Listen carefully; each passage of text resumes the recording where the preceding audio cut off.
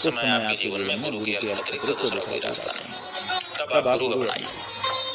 इसलिए सनातन धर्म में गुरु मुख होने का बहुत बड़ा महत्व है, क्योंकि सनातन धर्म में संसार चक्र से छूटने की, संसार में सफल होने की नहीं, असली सफलता संसार चक्र से बाहर हो जाने में है।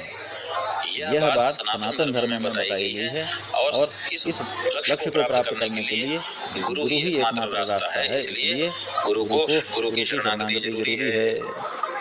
गुरुमुख होने का उद्देश्य यही है कि हम माया से पार पा जाएं, इस संसार की वास्तविकता को जानें। एक जीवन काल में कितनी बार गुरुमुख हुआ जा सकता है? तो सवाल यह है कि जिस समय जैसी परिस्थिति आपकी है, पहले सांसारिक सफलताओं के लिए आप मंत्र दीक्षा प्राप्त करते हैं, मंत्र का अनुष्ठान करके आप जो सांसारिक अभिलाषाएं हैं उनको पूरा करते हैं। तो उसके लिए तो आप कितने ही गुरु से ले लीजिए, क्योंकि जिस देवता की उपासना करना चाहेंगे उसका एक मंत्र चाहिए। वो मंत्र उस देवता के उपासक गुरु के पास होगा, इसलिए उसके पास से लेना पड़ेगा। फिर दूसरे मंत्र के लिए दूसरे गुरु से लेना पड़ेगा। तो अनेक गुरु हो सकते हैं, लेकिन असली गुरु जो आपको इस संसार सागर से पार उतार सकता है वो एक ही होता है।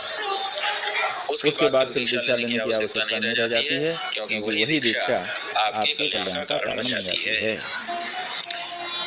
धर्मशास्त्रों के अनुसार गुरुमुख होने का सही आयु, देखिए धर्मशास्त्र में कोई आयु निर्धारित नहीं है।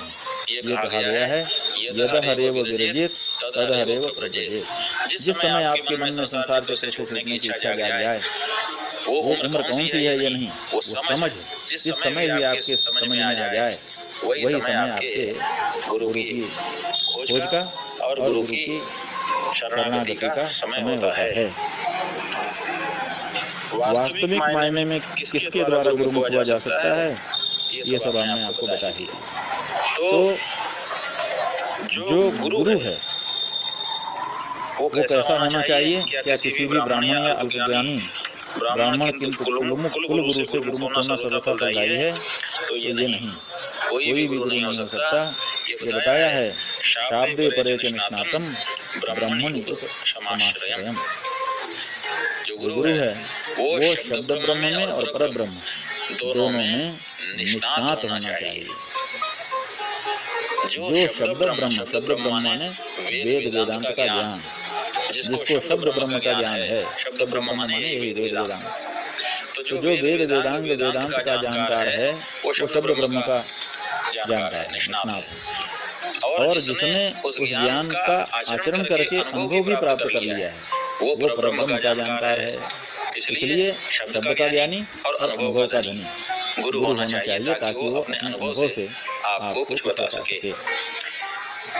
शब्द ब्रह्म पर ब्रह्म में निष्णात और ब्रह्मण उपशमाश्रय, उपशम माने जिसका चित्त शांत और जो व्यवहार में अधिक न लगा रहता हो, व्यवहारों से जिसका नाता उतना ही हो कि जितनी जरूरत है उतना व्यवहार करता है, बाकी परमार्थ चिंतन करता है। ऐसा जो गुरु है वही उत्तम गुरु माना जाता है। जब आप गुरु की शरण में जाते हैं तो सबसे पहले शास्त्र कहता है कि पहले भगवान को छोड़ दीजिए, पहले गुरु को ही भगवान मान लीजिए। जब गुरु को भगवान मान लेंगे तो उसकी उपासना आरंभ करें, गुरु की सेवा शुरू होगी।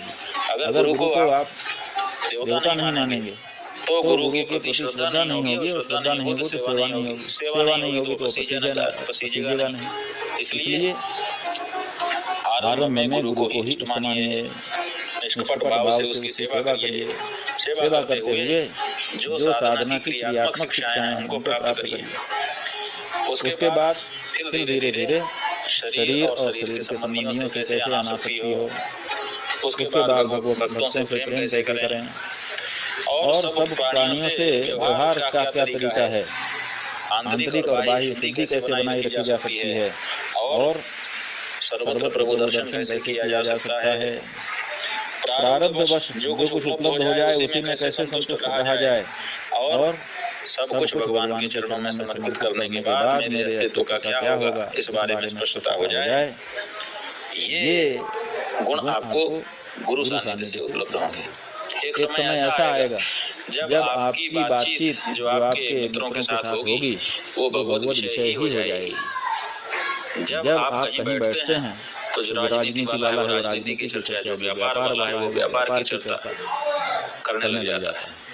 जब दो लोग बैठे हों और उनके अंदर भगवत चर्चा हो रही हो और बार बार यही दिखाई दे कि जब मिले तो भगवत चर्चा करें, तो समझो कि अब ये भगवत उन्मुख हो चुके हैं। तो ये जो योग्यता है यह गुरु सेवा से क्रमशः आपको प्राप्त होती है और इसी से भगवत प्राप्ति आपको हो जाती है। तो आपको पहले तो स्वीटी जी ये समझना है कि आपकी कामना क्या है। क्या आपकी कामना उस स्तर पर पहुंच गई है कि अब आप माया से पार पाना चाहती हैं या अभी माया में ही और गहराई में उतरना चाहती हैं? तो अगर माया में गहराई में उतरना चाहती हैं तो गुरु से मंत्र लीजिए, उसका अनुष्ठान करिए। अथवा जिस देवता की उपासना करके जो अर्थ प्राप्ति चाहती हैं उस देवता के जो उपासक गुरु हों उन उपासक गुरु के पास जाकर के उनकी सेवा करके उनसे मंत्र प्राप्त करिए। अनुष्ठान करने से उस विधि से आपको सफलता मिलेगी। और अगर आप उस स्तर पर पहुंच गए हैं कि नहीं सब कुछ पा लेने के बाद भी अंततः अशांति बनी ही रहती है, इसलिए इस पाने के चक्कर में क्यों पड़ना, मैं तो उस चक्कर में पड़ूंगा जिससे बिना पाए भी आनंद हो जाता हो। अगर वो स्थिति आ गई हो तो किसी शब्द ब्रह्म और परब्रह्म में निष्णात श्रोत्रिय ब्रह्मनिष्ठ गुरु के शरणागति प्राप्त करिए।